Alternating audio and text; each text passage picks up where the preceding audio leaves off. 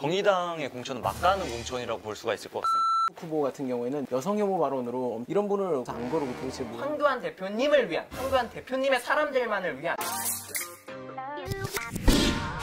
그러면 마지막 키워드, 공천으로 넘어가 보겠습니다.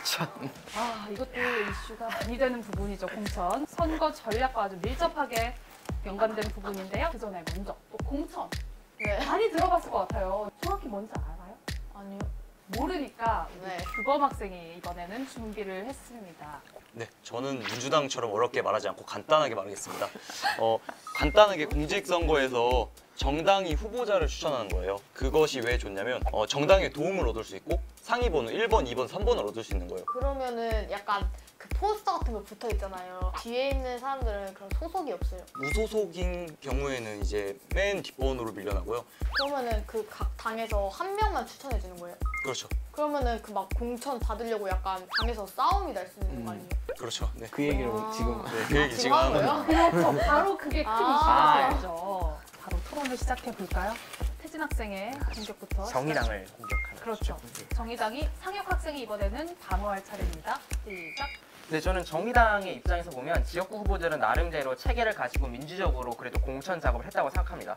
근데 비례대표 후보와 관련해서는 좀 설명이 많이 필요합니다. 아까도 말했던 유호정 비례후보 1번은 당선이 거의 확실시되는 분인데 이분이 롤게임 대리 참여, 롤게임 계정을 가지고 대리로 참여를 해서 티어를 올렸다. 이거에 대해서 정의당 국회의원님들은 심각성을 잘 모르시는 것 같고 류 후보자 본인도 그런 적이 있었다라는 식으로 지금 어물쩍하게 넘어가고 있는데 이거 명백한 게임법 위반이거든요. 게임진흥물 사업법 위반입니다. 이 점에 대해서 게임 대리라고 뭐 음주운전보다는 좀 약하게 다루는 건 아닌가. 그래서 그것으로 인해서 아무리 금전적 이익이 없었거나 아무리 취직의 이익이 없었다고 하더라도 그 점에 대해서는 좀 명백하게 사과를 하고 좀 더 자세하게 설명을 해줘야 된다. 그 점은 있어야 될 것 같고 그래도 나머지는 민주적 공천을 그래도 정의당은 나름 잘했다고 생각해서 그 부분에 대한 설명을 좀 더 해주셨으면 좋겠습니다. 비례대표 후보 1번에 대해서 이야기를 많이 해줬습니다.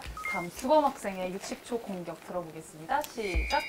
정의당의 공천은 막가는 공천이라고 볼 수가 있을 것 같습니다. 심 대표 팬클럽 회장이 지금 비례 12번에 배치가 됐는데 그분이 대학교가 재적이고 대표적인 정당 경력으로는 구위원회 부위원장인데 그분이 어떤 걸 바꾸기 위해서 노력을 했고 어떤 전문성이 있는지 전혀 보이지가 않아요. 그분이 국가대표 상비군으로 활동을 했다가 어떠한 부당한 대우를 만나서 국가대표 상비군을 그만뒀다고 했는데 그만두고 나서 그걸 바꾸기 위해서 무슨 활동을 했는지 전혀 공보물에 나와 있지가 않아요. 그러면서 갑자기 요번에 정치에 뛰어들어서 국회의원 당선권이 12번에 배치가 됐다는 건 이거는 도대체 볼 수가 없는 거죠. 전 심상정 대표의 팬클럽 회장을 맡았기 때문에 주는 어떠한 프레젠트? 이런 걸로 볼 수 있을까요? 네. 여기까지 한 후보에 대해서 전문성이 떨어지는 것 같다. 이해할 수 없다라는 공격을 해줬어요. 자, 상혁 학생 방어할 준비 되나요? 네. 바로 들어볼게요. 시작. 우선 류호정 후보에 대해서 좀 말씀을 드리겠습니다. 류호정 후보는 대리게임에 대해서 본인이 분명하게 인정하고 분명하게 사과했습니다. 그리고 몇 번이고 더 사과를 하시겠다고 말씀을 하셨고요. 또 당에서도 이 문제에 대해서 심각성을 충분히 이해했습니다. 상무위원회 소집하고 전국위원회 소집했습니다. 전국위원회에서 그래서 재신임하기로 결정을 내렸습니다. 장고 끝에 말이죠. 그래서 류호정 후보 같은 경우는 이를 통해서 금전적 이득도 편취하지 않았고요. 그 이후에 동아리 회장직도 사퇴하면서 책임을 졌고 또 지금도 몇 번이고도 사과할 용의가 있고 또 당에서도 충분히 심각성을 인정을 하고 재신임했다는 걸 말씀을 드리고요. 그 다음에 그 정민희 후보에 대해서 말씀해 주신 것 같은데 저희 당은 진성당원들과 12만 명의 시민선거인단의 민주적 투표로 선출이 된 겁니다.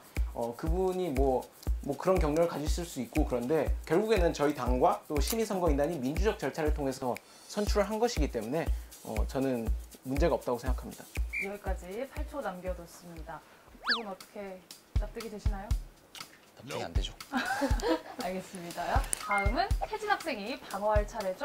규범 학생과 상혁 학생이 공격을 해주시면 되는데요. 먼저 규범 학생부터 하겠습니다. 시작. 자, 중도의 입장에서 한번 봅시다. 금태섭 국회의원 공천 컷에 대해서 금태섭 국회의원이 민주당에서 유일하게 공수처 반대, 그 다음에 추미애 장관에게 반기를 들었습니다. 중도의 입장에서 금태섭의 이러한 행동이 과연 민주당의 스파이일까요? 전혀 아니죠. 소신 있는 정치인이에요. 중도의 입장에서는. 금태섭 국회의원은 찬양받아야 마땅하거든요. 근데 민주당에서 이번에 공천에서 컷을 했는데 이것에 대한 좀 입장이 왜 도대체 컷을 한 건지 금태섭 국회의원 중도의 입장에서 봤을 때 무조건 분명히 소신 있는 정치인이고 공수처 반대한 이유 정확하게 제시를 했습니다. 이것에 대해서 혹시 어떻게 생각하시는지 궁금합니다. 금태섭 후보에 대한 문제 제기. 다음 상혁 학생의 공격 들어보겠습니다. 바로 들어갈게요. 시작. 네, 일단 민주당을 좀 방어해드리겠습니다. 일단 금태섭 의원 같은 경우에는 컷된 게 아니라 경선에서 떨어지신 거고요. 근데 다만 이제 금태섭 의원 같은 경우에는 원래는 다른 의원 같았으면 단수 공천 됐을 텐데 이제 추가 공모를 한 부분은 이제 좀 미심쩍긴 합니다. 근데 여하튼 그건 넘어가고요. 제가 문제 제기를 하고 싶은 건 세 분입니다. 그래서 그 세종갑의 전략 공천 대신 홍성국 후보 같은 경우에는 지금 여성 혐오 발언으로 엄청난 공분을 일으키고 있고요. 또 제주갑의 전략 공천 대신 송재 후보 같은 경우에는 평화와 인권이 밥 먹여주냐라고 토론해서 발언했다가 역시 주민들의 몰매를 받고 있습니다. 그리고 또 제가 문제 제기하고 싶은 건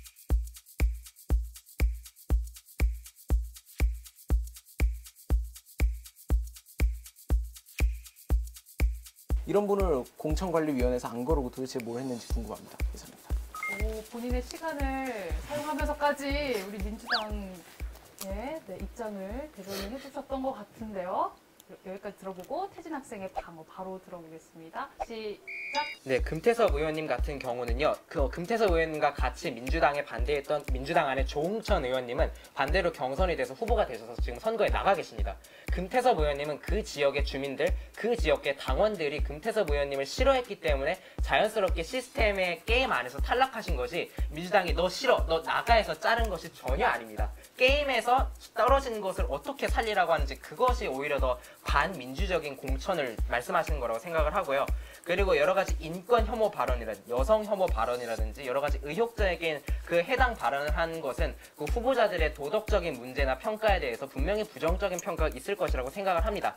그러나 그것이 민주당이 그 사람들의 여성 혐오에 대한 발언이나 인권에 대해서 미숙한 발언을 민주당이 지지한다라고는 저는 생각하지 않고 그 점에 대해서는 국민들께서 평가를 하시고 부정적으로 평을 내리실 거라 생각을 하고 그리고 공천관리위원회에 대해서는 나름의 기준이 있었다고 생각을 하고 있기 때문에 저로서는 딱히 어떻게 답변을 드릴 수가 없을 것 같습니다.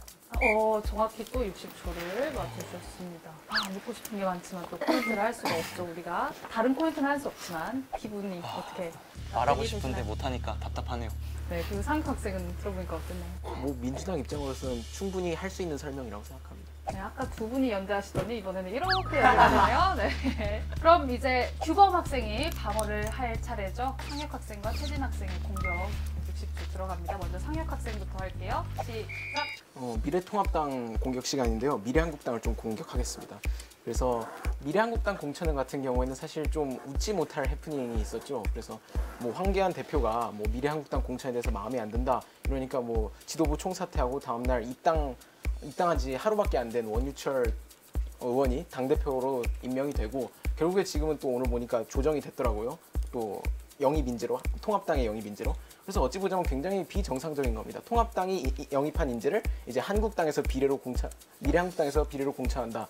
사실 정상적인 정당이라면 좀 보기가 어려운 장면이죠. 그렇기 때문에 이 부분에 대해서 좀 해명을 해주셨으면 좋겠습니다. 네, 20초도 남겼어요. 상혁 학생이 하고 싶은 말 딱 하고 끝내는군요. 태진 학생 공격 바로 들어갑니다. 60초 시작! 저는 미래통합당의 지역 공천이 조금 이해가 많이 안 됩니다. 일단은 물갈이를 대대적으로 하겠다라고 엄청 말씀을 하셨는데 지금 보면 A 의원님을 B 지역구로 보내고 B 의원님은 A 지역구로 보내고 그렇게 크로스 공천을 하고 있는 게 지역구 구민을 너무 생각을 안 하는 거 아닌가 하고 그런 생각이 들고 또 세월호 유가족분들에게 세월호 유가족분들이 너무 징하게 헤쳐먹는다 이런 막말하신 차명진 전 의원이 당당하게 미래통합당 국회의원 후보가 됐습니다. 이건 또 어떻게 설명해야 되는지도 모르겠고요. 또 청년 인재라고 발탁하셨던 김미균 씨는 예전에 문재인 대통령에게 청와대 선물을 받았다는 걸 페이스북에 올렸다는 이유 하나만으로 공천 후보로 확정이 됐는데 그 다음날 갑자기 후보로 취소가 되고 물러났습니다. 그러니까 이 점은 결국 문재인 대통령 쪽을 좋아했던 사람이나 문재인 대통령한테 시계나 선물이라도 받은 사람은 절대 보수 정당의 지지자가 되면 안 된다는 것인지 이 공천에 대해서 결국 황교안 대표님을 위한 황교안 대표님의 사람들만을 위한 그런 공천이 아닌가 의문이 듭니다. 3초 남기고 발언을 마쳤습니다. 바로 규범 학생 방어할 준비 됐나요? 네네, 됐습니다. 그럼 바로 들어볼게요. 시작! 네, 일단은 아까 정부 인사에 대해서 좀 말씀을 해주셨는데 이제 민주당 같은 경우에는 국민을 괴돼지라고 발언하신 분이 지금 민주당 정부 인사에 들어가 있으시고요. 그 다음에 이제 선거법 지금 개입이라고 하시는데 황교안 대표님께서 정의당 여기 이제 상영님께서 이제 말씀해 주셨는데 마음에 안 든다고 해갖고 이제 대표가 교체됐다고 그 확실한 증거가 없잖아요. 그런데 계속 말만 하시는 거예요. 지금 증거를 갖고 와줬으면 좋겠고 그 다음에 지금 금태섭 위원님에 대해서 그게 정당한 거라고 했는데 편법을 쓰고 게임을 이겼는데 그게 어떻게 정당한 겁니까? 추가 복무 원래 하면 안 되는 건데 왜 했어요? 편법이잖아요. 편법을 쓰고서 게임 이긴 게 정당한 게 전혀 아니잖아요. 중도의 입장에서 당연히 정당한 게 아닌데 왜 자꾸 정당하다고 하시는지 편법을 쓰고 이긴 것이 왜 정당한 건지 도대체 이해가 안 되고 그 다음에 이제 지금 여기서 이제 류호정 후보에 대해서 지금 말씀을 해주셨는데 그렇다면 민주당의 음주운전 후보들 전부 다 탈당해야 됩니다. 정의당 류호정 후보 지금 죄질을 따졌을 때 민주당 음주운전 후보보다 더 낮아요. 죄질의 강도부터가 류호정 후보는 게임인데 지금 그럼 민주당 음주운전 후보들 싹 다 탈당해야 됩니다. 여기까지 네. 이렇게 세 학생의 방어를 모두 다 들어봤는데요. 연주 학생 이번에는 또 어떻게 들었어요? 약간 궁금했던 게 들어보면 되게 막 롤게임 대리하고 여러 가지 막 혐오 발언 막 이런 거 많이 하신 막 국회의원들 있더라고요. 근데 연예계 같은 경우에는 그러면 이제 아예 모습을 안 보이거나 이러잖아요. 근데 또 막 그냥 철판 깔고 나오시는 건지 약간 그런 거 궁금하고 각자 자기 당의 국회의원분들이 그런 잘못을 했을 때 다시 나오는 거에 대한 약간 생각을 듣고 싶어요. 연주 학생이 정말 열심히 듣고 느끼는 게 많은 것 같아요. 완전 집중하고 있다니까요. 그러니까. 어떻게 생각하세요? 연주 학생이 탁 집어줬어요. 저런 범죄를 저지르신 분이 우리 당을 대표해서 국회의원 후보가 된다는 것 사실이 당을 지지하는 입장에선 당을 부끄럽게 만들고 당의 어른들한테 화도 나고 짜증도 나는 것 같습니다. 계속 바라보고 지켜보면서 연주처럼 지적도 하고 때로는 그래서 그것을 수정할 수 있도록 참여의 노력을 해야 된다고 생각합니다. 오늘 쭉 얘기를 해봤지만 각 당의 입장에서 막 하느라 우리 학생들 입장에서 솔직히 힘들었을 것 같아요. 상혁 학생은 어떻게 생각해요? 저도 뭐 저희 당의 공천이나 아니면 저희 당의 정책이나 아니면 저희 당의 당론이나 이런 게 다 마음에 드는 건 아니지만 그나마 마음에 들어서 당을 대변하고 있는 거고요. 차악을 선택하신 건가요? 아니 원래 민주주의는 차악을 선택하는 거죠. 그렇죠. 네. 규범 학생은요? 뭐 저는 뭐 다른 당을 뭐 비판하고 싶진 않고 이제 제 대학 소속한 당인데 네. 미래통합당 범죄자들은 전부 다 안 나오셨으면 좋겠습니다. 그 부분에 있어서는 네, 저는 절대 좀 소신 있게 이해할 수 없다. 네네. 또 태진 학생도 덧붙일 말 있어요? 국회의원 어른분들은 지금 선거를 준비 중이실 텐데 만약에 선거에 당선되시면 제발 국회에서 이렇게 앉아서 좀 시간도 지키시면서 같이 회의장에 나와서 얘기 좀 같이 좀 제발 좀 해주셨으면 좋겠다. 네, 우리 학생들이 정말 의미 있는 말을 해준 것 같아요. 연주 학생 오늘 이렇게 열띤 토론 함께 했어요. 네. 정치에 대해서 관심이 조금 생기나요? 진짜 집중해서 들었는데 되게 정치라는 게 되게 약간 매력적인 것 같아요. 되게 학교에서 시험 보려 공부한 것보다 오히려 더 많이 알게 되는 것 같아요.